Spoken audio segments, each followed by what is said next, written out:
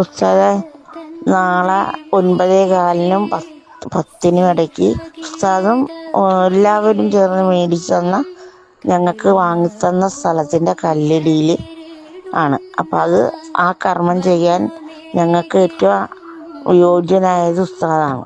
വേറെ ആരും ഞങ്ങൾക്കില്ല. ഞങ്ങളുടെ കാര്യങ്ങൾക്കൊന്നും ഇടപെടാനും ആരുമില്ല. അതുകൊണ്ട് ഉസ്താദ് തന്നെ വന്ന് ഞങ്ങൾക്ക് ആ വീടിനുള്ള കല്ല് ഇട്ട് തരണം. വരും പോലെ വരും. ഇത് ആ കർമ്മം ഉസ്താദായിട്ട് ചെയ്തു തരണമെന്നാണ് എൻ്റെയും എൻ്റെ മക്കളുടെയും ആഗ്രഹം. ഞങ്ങൾക്ക് കയറി കിടക്കാനൊരു കൂര അത് ചെയ്തു തരണമെന്നുള്ളതാണ്. അതുകൊണ്ട് ഉസ്താദ് തീർച്ചയായിട്ടും വരാതിരിക്കരുത്. ഞങ്ങൾ പ്രതീക്ഷിക്കും. ഇല്ലെങ്കിൽ ആ കർമ്മം ഞാൻ നടത്തിയില്ല. വേറെ കാര്യമൊന്നുമില്ല. ഉസ്താദിന് പകരം വേറെ ഒരാളില്ല.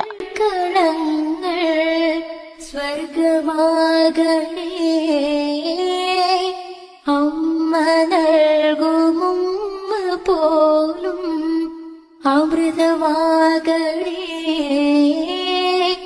പൂർണ്ണമേ ചരാചരങ്ങൾ ഗുരുവരൻ.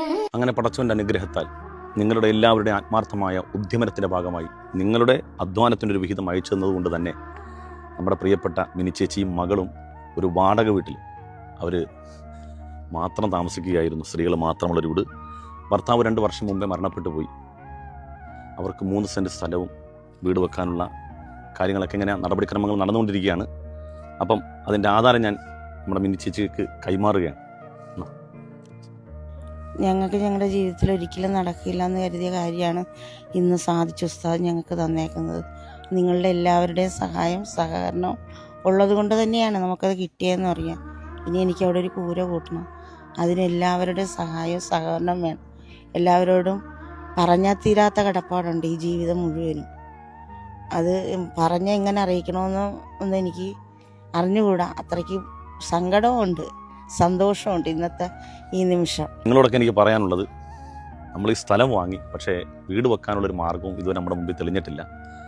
ആർക്കെങ്കിലും ഏതെങ്കിലും തരത്തിൽ കല്ലോ സിമെൻറ്റോ ഒക്കെ ആയിട്ട് ഒരു ചാക്ക് സിമെൻറ്റെങ്കിൽ ഒരു ചാക്ക് സിമെൻറ്റ് ഏതെങ്കിലും നിലക്ക് അവരെന്ന് സഹായിക്കാൻ നിങ്ങൾക്ക് സാധിക്കുകയാണെങ്കിൽ വലിയ ഉപകാരമായിരുന്നു. കാരണം അവർക്ക് ചെന്ന് പറയാനൊരിടവില്ല, ചോദിക്കാൻ ആരുമില്ല. അമ്മയും മോളും മാത്രമേ ഉള്ളൂ. നിങ്ങൾ മുമ്പ് എൻ്റെ വീഡിയോ കണ്ടവരാണെന്ന് എനിക്കറിയാം. അതുകൊണ്ട് കഴിയുമെങ്കിൽ ഈ വീഡിയോ എങ്കിലും പങ്കുവച്ചിട്ട് നിങ്ങളൊന്ന് സഹായിക്കണം. താഴെ കാണുന്ന QR കോഡിൽ നിങ്ങൾക്ക് കഴിയുന്ന രൂപത്തിലുള്ളൊരു സഹായം, ഒരു സംഭാവന തന്ന് സഹായിക്കണമെന്ന് ഒരിക്കൽ കൂടി അഭ്യർത്ഥിക്കുകയാണ്.